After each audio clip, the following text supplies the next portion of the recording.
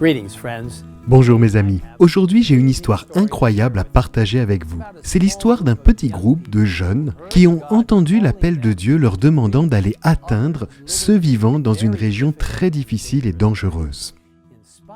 Malgré les risques, ces précieux jeunes ont mis leur confiance dans le Seigneur et ont dit « J'irai ».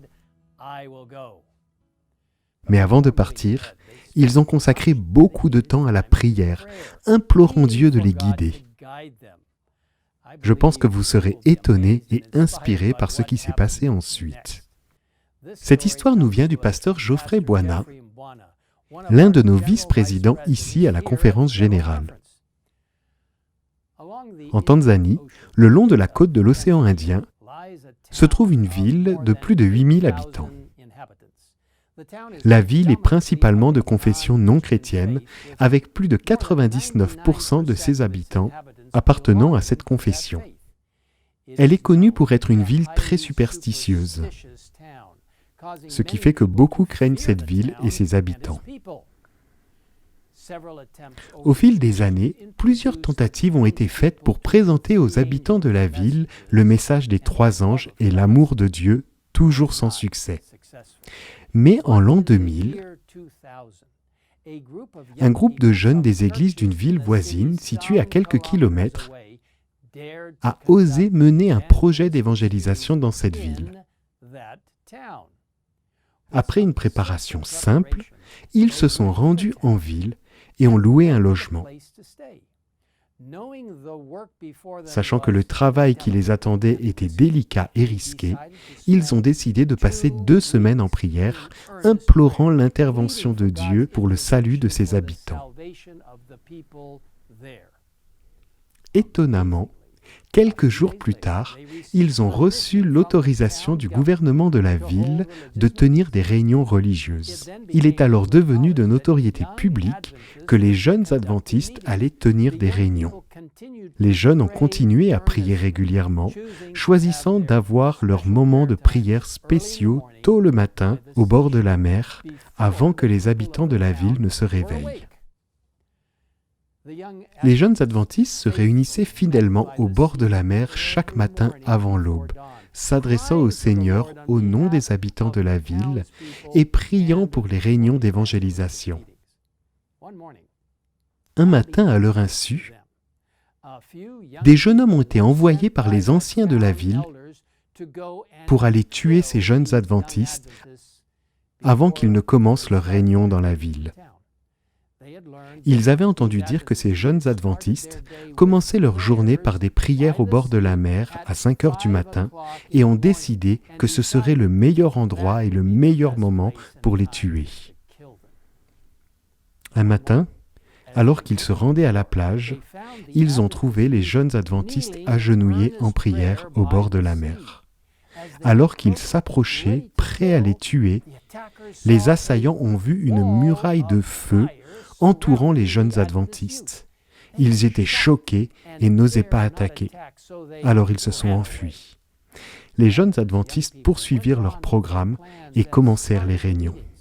Mais les anciens de la ville étaient déterminés à les arrêter. Ils ont envoyé leurs jeunes voler l'équipement et le nécessaire pour tenir les réunions en plein air. Mais une nuit, alors qu'ils s'approchaient de l'endroit où se trouvait l'équipement, ils ont vu un homme très grand, portant une robe blanche, tenant une épée brillante qui marchait autour de l'équipement. Une fois de plus, ils n'ont pas réussi à exécuter leur plan diabolique. Finalement, les anciens de la ville ont dit à leur jeune homme « Vous êtes des lâches et vous ne savez pas comment faire ces choses. Nous allons prendre les choses en main et détruire ces jeunes adventistes. » Peu de temps après, alors que les réunions se déroulaient en plein air, 2 anciens vêtus de l'habit traditionnel ont traversé la foule et se sont dirigés vers l'avant où les jeunes adventistes prêchaient. Mais avant qu'ils n'atteignent le front, les anciens de la ville se sont mis à courir et à sauter en criant « Nous brûlons, nous brûlons !» Ils se sont précipités vers le prédicateur mais sont ensuite sortis derrière lui. Fait intéressant, alors que personne n'a vu de flammes, les intrus ont agi comme s'ils étaient en feu. Plus tard, ces mêmes dirigeants ont expliqué qu'ils voulaient attaquer le prédicateur, mais qu'ils avaient vu une muraille de feu l'entourer. Après cela, les jeunes hommes de la ville ont approché les jeunes adventistes, les interrogeant sur les pouvoirs surnaturels qu'ils utilisaient pour se protéger des attaques. Les jeunes adventistes leur ont répondu qu'ils ne croyaient pas aux superstitions et qu'ils n'avaient rien à voir avec elles. Ils ont ensuite demandé aux jeunes hommes pourquoi ils pensaient qu'ils utilisaient une sorte de magie pour se protéger, et les jeunes hommes de la ville ont expliqué tout ce qu'ils avaient vu lorsqu'ils avaient essayé de les tuer.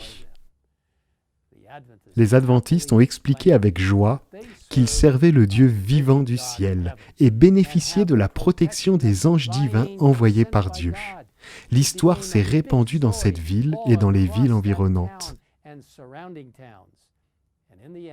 Et de nombreuses personnes ont fini par être baptisées. Lorsque la nouvelle de ces miracles s'est répandue dans les régions voisines, un journaliste est venu et a rapporté l'histoire dans un journal national. Bien que le travail de cette région continue à être difficile, il y a maintenant 3 églises organisées dans cette ville, avec un total de près de 200 membres. Plusieurs de ces jeunes hommes sont devenus d'éminents missionnaires laïcs et 2 d'entre eux sont devenus pasteurs. Vous savez, mes amis, on nous dit que le Seigneur est vraiment comme une muraille de feu. Dans le livre Conseil à l'Église, nous lisons « Dieu sourit aux humbles et aux modestes qui suivent les traces du Maître. Les anges sont attirés vers eux et aiment s'attarder sur leur sentier. Ils peuvent passer inaperçus par ceux qui prétendent avoir réalisé des choses exaltantes et aiment rendre publiques leurs bonnes œuvres.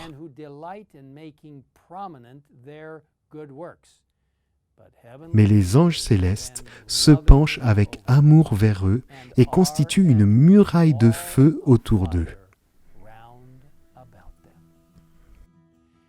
Et dans Historical Sketches, Ellen White présente cette belle idée. Nous devons chercher à séparer le péché de nous, en nous appuyant sur les mérites du sang du Christ. Et alors, au jour de l'affliction, lorsque l'ennemi nous presse, nous marcherons parmi les anges. Ils seront comme une muraille de feu autour de nous, et nous marcherons un jour avec eux dans la cité de Dieu. Puissions-nous, comme ces jeunes gens l'ont fait au bord de la mer, mettre toute notre confiance dans le Seigneur et être prêts à dire « J'irai là où il nous conduit ». Prions. Père Céleste, merci d'avoir envoyé des anges pour entourer ces jeunes gens, d'avoir ouvert la voie à la proclamation de ton message dans cette ville.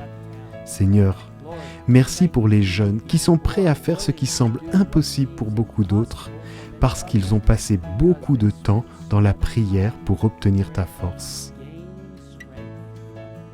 Aide-nous à apprendre cette leçon aussi, et Seigneur, aide-nous à avancer avec confiance, sachant que si nous nous mettons entre tes mains, tu seras une muraille de feu autour de nous. Merci de nous entendre et de la promesse de ton retour prochain. Nous te demandons tout cela au nom de Jésus. Amen. Amen.